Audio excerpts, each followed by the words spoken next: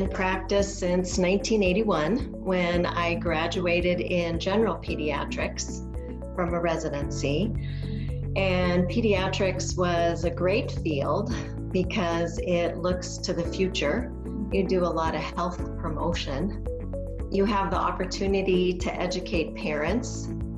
You have the opportunity to analyze behavior for the kids that can't speak.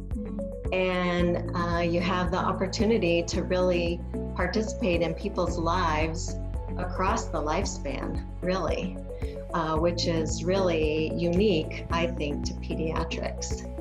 Sure. After 3 years of general pediatrics, I went and did a fellowship, which in those days was only 2 years, in neurodevelopmental disabilities. And as part of that training, I did follow-up and also evaluation of neonates in the NICU. And that really has always been my first love.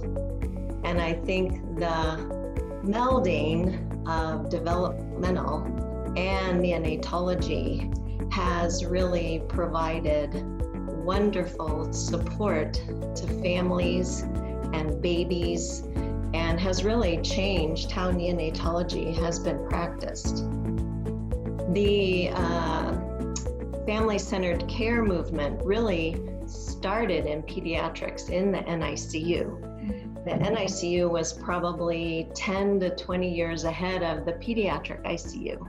So I feel that neonatology and developmental really working together have really promoted that change.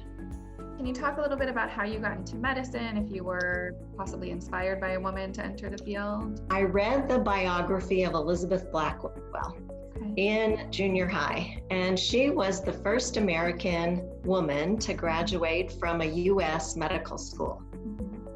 And that sort of inspired me. She went on to found a medical school for women in the U.S., a medical school for women in Britain, and lots of free family clinics. So she was really on the forefront, and her story really inspired me. And since junior high, that's the only thing I wanted to do. What do you think it means to be a woman in healthcare today? I think to be a woman in healthcare, when I started, when there were very few women, I felt it was a weighty responsibility to prove that women could be serious and could do anything that the men in medicine could. So at that time, I saw it as a big responsibility. Now that medical culture has changed so much, it's a little bit easier. I think both women and men in medicine have changed. And I think that has given the opportunity for, again, merging of two things into something better. What are some of the challenges of being a woman in your specialty or just healthcare in general? Well, my particular specialty, fortunately, didn't have call and didn't have really long shifts. So in the day that I started, that was very unique. And that did allow me to be home every evening for dinner with the family, which was very, very important. The specialties that have long shift work, the 12-hour shifts that many ICU physicians, many nurses do, are really, really much more challenging. So I feel that I was very fortunate and that I didn't have that challenge. Other challenges are being seen as somebody with credibility. And I think being able to build your credibility with the powers in medicine, which mostly are still men, is a challenge to be taken seriously, to be passionate without being overly emotional. And I think that balance of being evidence-based and also passionate without being taken lightly is a challenge for women as they communicate in this field. What are some of the positives that come from being a woman in medicine? Well, in medicine, just being in medicine gives you the opportunity to share people's lives, which changes you. And then you can bring that to all other aspects of your life. It is an opportunity that is not found in many other professions that I wouldn't trade for anything in the world. What advice do you have for women who may be applying to medical school right now or entering the field for the first time? What I would say, and it would be something I would say to my younger self, is that take your days off, take downtime, have fun, remember the other things outside of medicine. Don't save up your days, take them when they come. The other thing is that there is a quote that I was reminded of from Howard Thurman, and it says, "Don't ask what the world needs. Ask yourself what makes you come alive, and then go do that.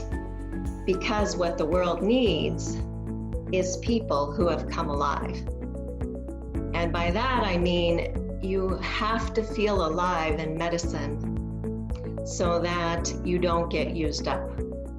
And if you are in medicine or in medical school and it doesn't feed you, then it won't go well for you or the people you meet. And the other thing is that you need to have some type of spiritual support, whatever name that is. Because if you don't have that grounding and that source of sustenance through some kind of spiritual connection, again, it will be very hard. How do you think women physicians can best support fellow women physicians? By being a mentor, by encouraging, by always pointing out when someone has done something, by giving credit where it's due, by sharing rather than saying, "I've made it, you make it," by really helping, which, that's something women have always done throughout history. We've always been helpers and caregivers. So in my mind, helping other women, being in medicine is really part of what being a woman is. And is there anything else you'd like to add or touch on that I may have failed to ask? One of the things that we mentioned very briefly was the culture change in medicine. And I know across our entire culture, things are changing rapidly. But in medicine, at least since I've been privileged to be in medicine, the changes are unbelievable.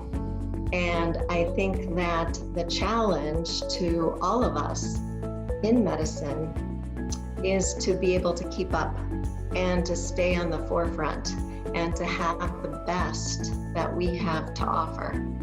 And that it may look different, and that the people coming for whom it looks different shouldn't be faced with those of us who it didn't look that way with our criticism. So I think that, again, helping other people, whether they're on one side of the bed or the other, is really important. And the other thing that we didn't really address is teamwork. None of us do it alone, nobody.